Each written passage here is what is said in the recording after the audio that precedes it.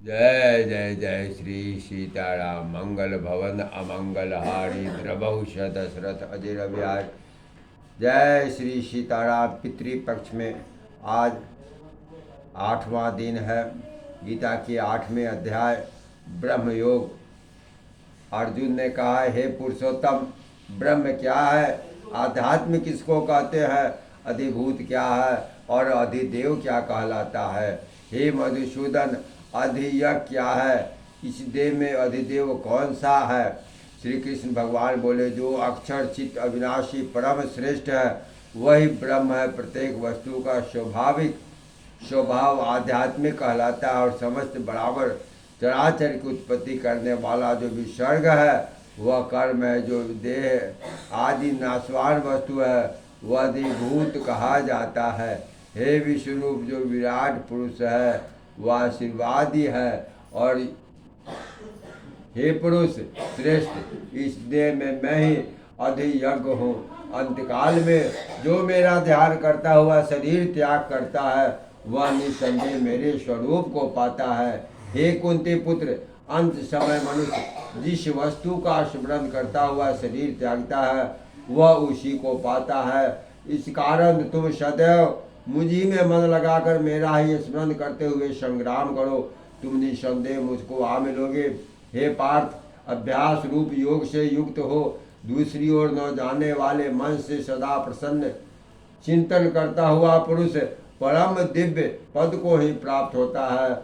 अतएव जो अंत समय में मन को एकाग्र कर भक्ति पूर्वक योगाभ्यास के बल से दो भाव के मध्य भाग में प्राण को चढ़ाकर सर्वज्ञ अनादि संपूर्ण जगत के निरंता सूक्ष्म से भी सूक्ष्मतर सबके पोषक अचिंत्य स्वरूप सूर्य के समान प्रकाशमान तमोगुण से रहित परम पुरुष का ध्यान करता है वह उसको मिलता है। वेद के जानने योगने वाले जिसको अक्षर कहते हैं, वीतराग होकर सन्यासी जिसमें प्रवेश करता जिसको चाहते हैं वाले ब्रह्मचर्य का आचरण करते हैं, उस परम पद को तुमसे संक्षेप में कहता हूँ।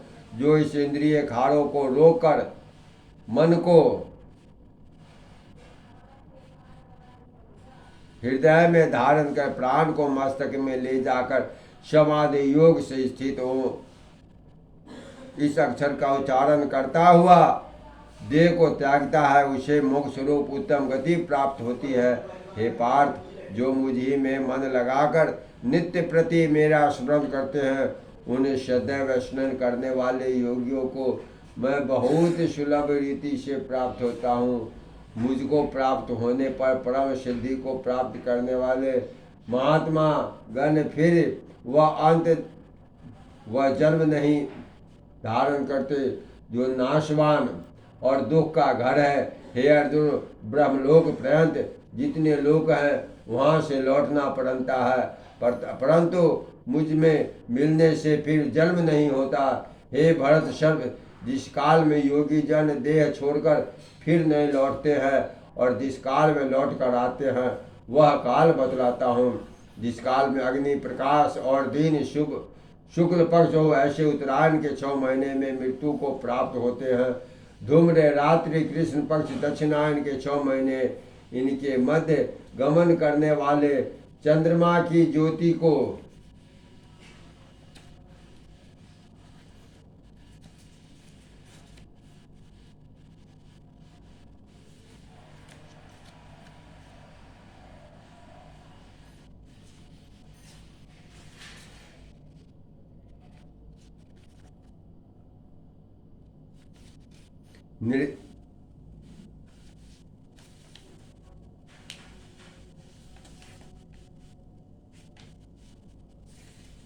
पहुंचाते हैं और लौट आते हैं।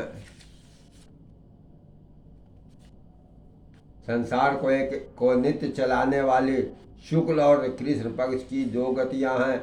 एक से जाने पर लौटना पड़ता है, दूसरी पर फिर लौटना नहीं होता। हे पार्थ, योगी इन दोनों गतियों का तत्व जानता है, इसी से मोह में नहीं पड़ता। अतएव हे अर्जुन, तुम सदा योग मुक्ति हो। वेद योग तप और दान से जो पुण्य फल बतलाए गए हैं योगी को उन सबसे अधिक ऐश्वर्य प्राप्त होता है और सर्वोत्तम आदि स्थान पाता है।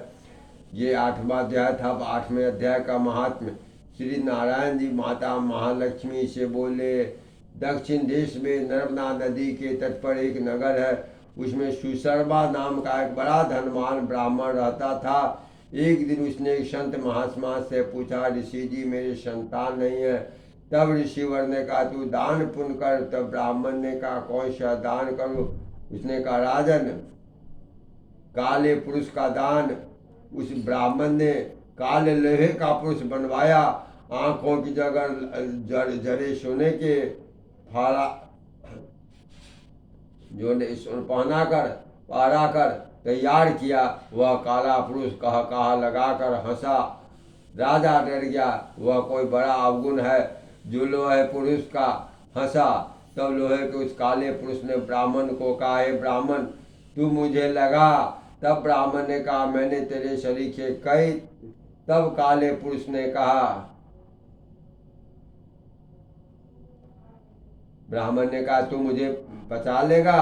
तब ब्राह्मण ने कहा, मैंने तेरे से कि कई पचा है। तब काले पुरुष ने कहे, ब्राह्मण, तू मुझे वह कारण बता जिस कारण तूने अनेक दान पता है।